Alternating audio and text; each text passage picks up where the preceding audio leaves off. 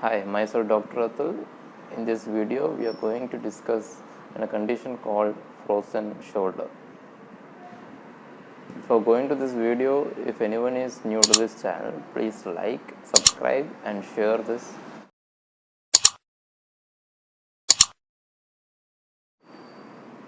So in this video, we are going to discuss what is this frozen shoulder, what are the cause of frozen shoulder, signs and symptoms, and lastly the treatment part along with the diagnostic tools. So by the name itself, frozen shoulder, it is something that it hurts your shoulder, the condition that is related to your shoulder. Frozen shoulder is a condition that affects your shoulder joint. It is associated with the pain and stiffness of your joint. It develops gradually and get worse, and then it is improving in the later on stages. So it has been divided into 3 stages, which we will be discussing in the later part of this video. Frozen shoulder is also called as adhesive capsulitis. So I had told in the previous videos what is itis. Itis is a term which is used for the inflammation. Any of the itis, tendonitis is inflammation of the tendon, capsulitis, inflammation of capsules. So here it is adhesive capsulitis, inflammation of the capsule. Itis, that is inflammation. It is called itis means inflammation. Tendonitis, or you can go pancreatitis, stomatitis, anything. Any itis in the medical terminology, it's known as inflammation. Some of the condition which is involved in this getting this frozen shoulders are rotator cuff injury. In rotator cuff injury, again you are giving a rest to your hand, so you are prone to this condition, frozen shoulder condition. Again, second one is you can tell is fracture of your arms or fracture of your hand, arms, shoulder, any fracture which doesn't allow you to move your shoulder joint or your arm. It also causes this condition. Again, recovery from the surgery is the third one, and also from stroke patients and diabetic patients are also prone to this condition called frozen shoulder. So in clinical practice, it is been seen mostly in women above the 40 years of age, but also it is seen in the men's also, but most commonly or mostly it is seen in the women's. Frozen shoulder, or it is called apabahuka in Ayurveda. So what happens in this condition? What happens in frozen shoulder? So your shoulder joint is made up of some of the bones and also ligaments, tendons, bones like humerus bones, clavicle bone, and also blade of scapula. So this has been encircled in a bundle of tissue, capsule. So any of the inflammation to that one. So in this condition of frozen shoulder, there is a vata vruddhi or vata dosha is getting increased in that joint, which is causing the fluid which is present in that joint. Every joint will be having some fluid for the mobility, for ease of their mobility. So due to that, the vata dosha is provoking in that shoulder joint. So due to that vata vruddhi, the fluid which is being present there is getting dried up. So that pain starts, and when the fluid is dried up, there will be stiffness also present. So stiffness and pain is the main in this condition. So it also causes the degenerative changes leading to the condition called frozen shoulder. So let's discuss about the stages of the frozen shoulder. First stage is freezing stage, second is frozen stage, third is thawing stage.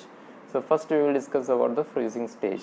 In this stage, the patient experiences the pain and also a limited range of motion. The patient can't move the hand here and there.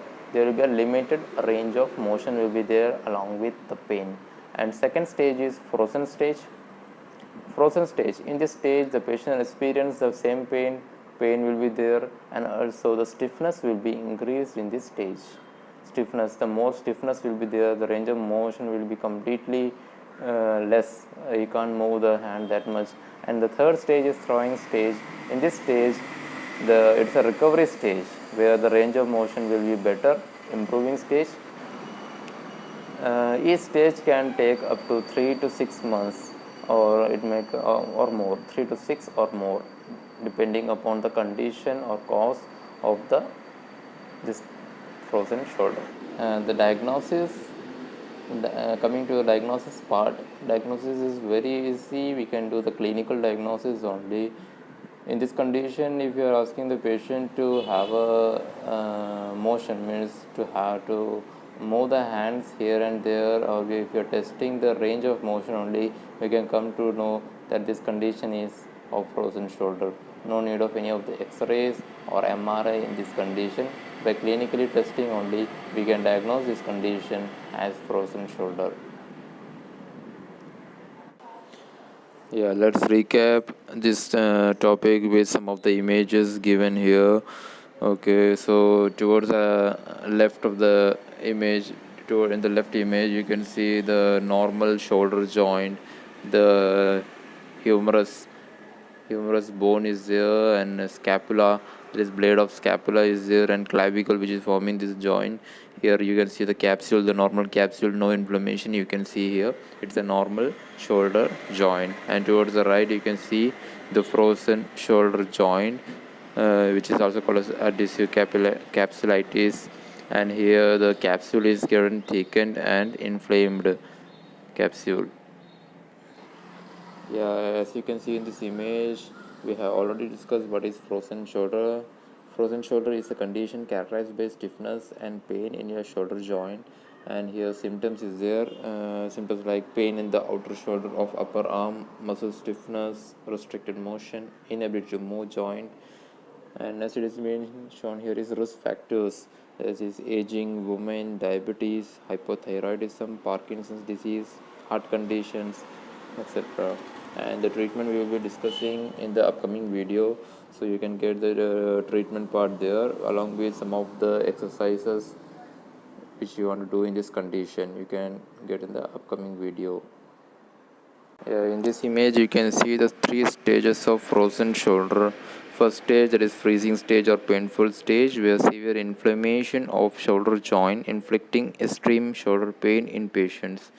And second stage, you can see here, there is a frozen stage. The pain starts to decrease, but the stiffness in the shoulder joint develops, causing difficulties during daily activities.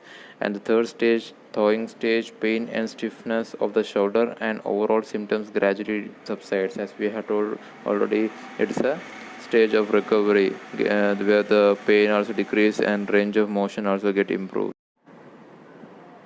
So by this I'm ending this video. We will be seeing the treatment part in the upcoming video. So please subscribe, share and like this video so that you can get more knowledge and notification whenever we post new videos. Thank you.